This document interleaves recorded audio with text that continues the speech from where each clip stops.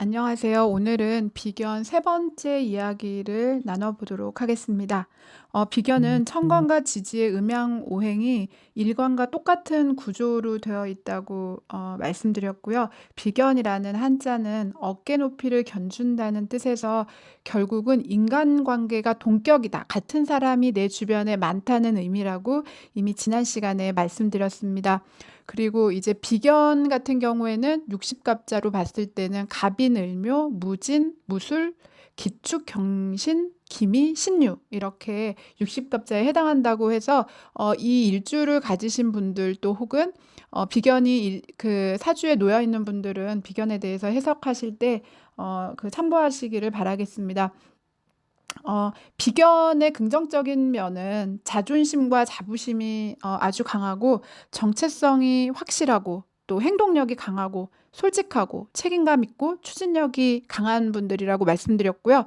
또 솔선수범형이다 이렇게 말씀을 드리기도 했습니다. 그러기 때문에 바깥 사회활동, 신체활동을 되게 활발하게 하시는 분들이 이 비견운에 있는 분들이 상당히 많이 있으십니다. 반대로 비견의 부정적인 측면을 좀 보자면 고집이 강하고 다른 사람의 부탁에 취약해요.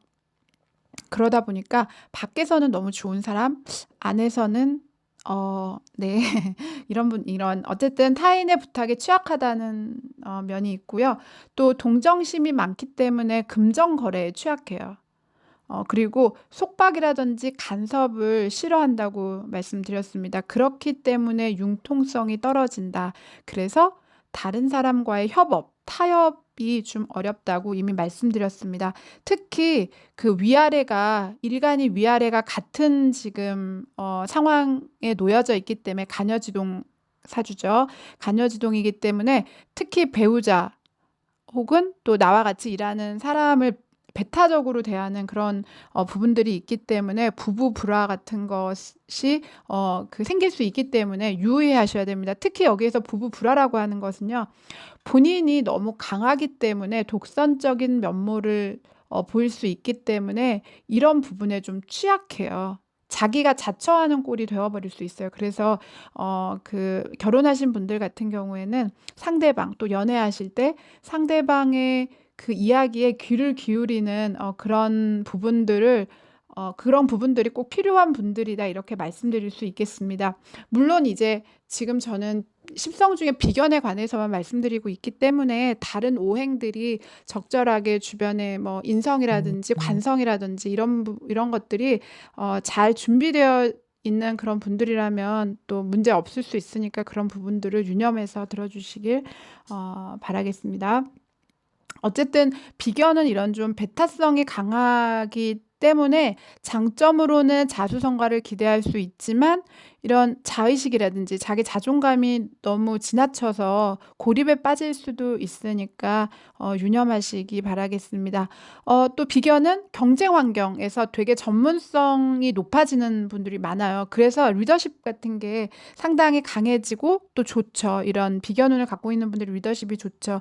그래서 비견운이 연주나 월주에 만약에 있게 된다 그러면 사회적으로나 직업적인 그 직업 안에서 경쟁력, 그다음에 뭐 그 리더십, 그 다른 사람들을 부리고 대하고 이런 게 상당히 좋아질 수 있다는 거. 승부욕도 강하고요. 자기 주장도 강하기 때문에 몸을 사용해서 일하는 것, 상당히 그런 환경에서 우위에 있다는 거 알아두시기 바라겠습니다. 특히 비견은 일간의 뿌리가 지금 지지에도 놓여 있는 거예요. 위아래가 같으니까. 그래서 자기 주체성이 상당히 강하고 내 식대로 살겠다, 내 방식대로 살겠다는 그런 유형들이 많으시기 때문에 실제로 일찍 부모의 곁을 떠나서 살아가시는 분들이 많고요. 그리고 실제로 자수성가 하시는 분들이 상당히 많다는 거 알아두셨으면 좋겠습니다.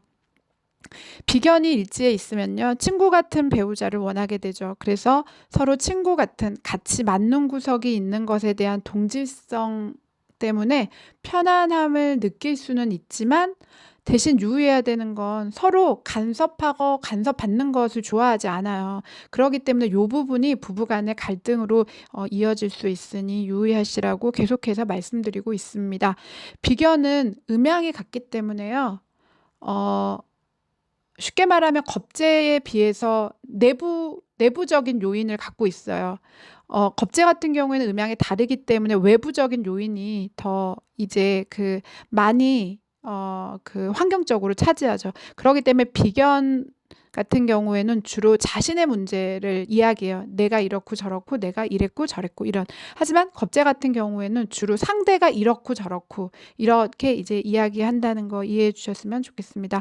또 비견 같은 경우에는 월급 생활은 좀 어려워요. 왜냐하면 독립적인 사업을 내가 무언가를 추진해서 나가려고 하거든요. 그래서 큰 회사라든지 좋은 아니면은 공기업이라든지 이런 직장이 탄탄하지 않는다 그러면 내 사업을 내가 독립적으로 사업을 하고 싶어하는 기운이 되게 많다는 거. 그래서 기술적인 면이라든지 전문적인 면이라든지 손재주를 활용해서 돈을 버는 게 유리하겠죠.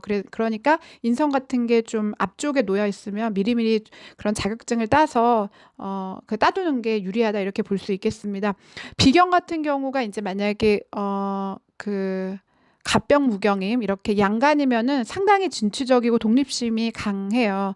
만약에 의경기신계 비견이 음간인 경우에는요. 겉으로는 좀 온화해 보이지만 속으로는 되게 강하고 좀 집요한 구석이 있다는 거 알아두셨으면 좋겠습니다. 지난 시간에도 얘기했지만 비견은 전문적인 자격을 갖춘 어떤 독립사업을 원하고 있기 때문에요. 협업이라든지 협동을 해서 일하는 부분은 조금 불리하죠. 그래서 자영업 같은 것은 상당히 더 상대적으로 유리하다는 거. 그래서 비견이 그런 부분을 좀 이제 알아두셔야 되고요. 지난번에도 인성에 대한 부분을 이제 얘기를 했었는데 인성이 과할 때는 비견이 있으면 설계되니까 이제 장점인데 반대로 인성은 한계인데 비겁이 강하다. 비견이 강하면은 인성을 심하게 설계하기 때문에 부모님 중에 특히 모친을 공격하는 힘이 돼요. 그래서 모친에게 문제가 발생할 수 있고요. 비견 같은 경우에는 일간이 지지에 통근했기 때문에 힘이 있어요. 그래서 부모 형제 도움 없이 충분히 내가 스스로 개척하는 삶을 살겠다 이렇게 이제 갈 수 있다는 거 좀 말씀드리겠습니다. 그다음에 좀 말씀을 드리고 싶은 게 군비쟁제 좀 말씀을 드릴게요. 우선 겁재 같은 게 많으면 군겁쟁제라고 그렇게 이야기하죠. 그런데 비겁이 많은 것은 군비쟁제 이렇게 명리적으로 이야기하고 있습니다. 군겁쟁제, 군비쟁제라는 것은요. 비견이나 겁재의 무리들이 많아서 누구와 싸운다? 재를 두고 싸우는 거예요. 재물을 두고 싸운다는 뜻으로 군겁쟁제, 군비쟁제 이렇게 말하죠. 내가 가진 재물을 다른 사람과 나눠야 한다는 이야기예요. 그래서 이때는 재성보다 재성은 하나인데 비겁이 두 개다. 그러면은 내 생각이 너무 강해서 재물이 있다 할지라도 이것을 바깥쪽으로 자꾸 쓰게 되는 이제 상황이 된다는 거 알고 계셔야 되겠습니다. 너무 내 기운이 강하다는 뜻이죠. 그렇기 때문에 이런 경우에는 유산을 두고 형제끼리 싸운다든지 그런 내가 벌은 돈이지만 동업자랑 나눠 가져야 되는 일이 생긴다든지 이런 경우들이 많이 생기게 된다. 이렇게 볼 수 있겠습니다. 그리고 이런 군비쟁제 같은 경우에는 군겁쟁제도 같지만 되게 활동적이죠.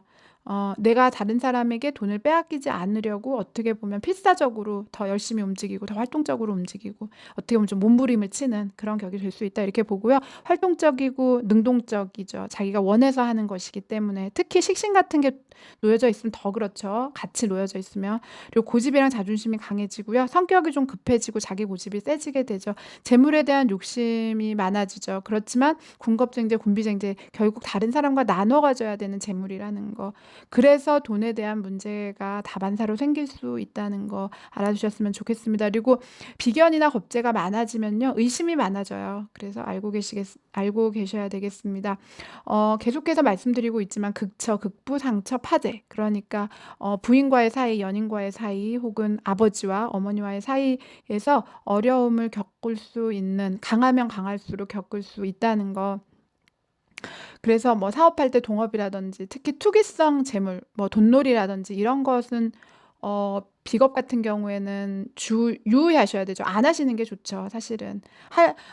물론 이제 이거는 사주 전체의 조화를 보고 말씀드려야 되겠지만 일간이래 그 십성 하나만 봤을 때는 동업이라든지 돈놀이는 하지 않는 것이 좋겠다 이렇게 말씀드릴 수 있겠습니다. 왜냐하면 재성이 파괴돼서 재물을 모으기가 힘든 구조기 때문에요. 평소에 내가 잘 될 때 사업이라든지 이런 것이 잘 될 때 노후를 위해서 저축하는 습관이 필요하다 이렇게 말씀드릴 수 있겠습니다. 다음은 마지막으로 그 지난번에 말씀드린 것처럼 격국, 월지에 놓여져 있는 비견운에 대해서 한번 알아보도록 하겠습니다. 감사합니다.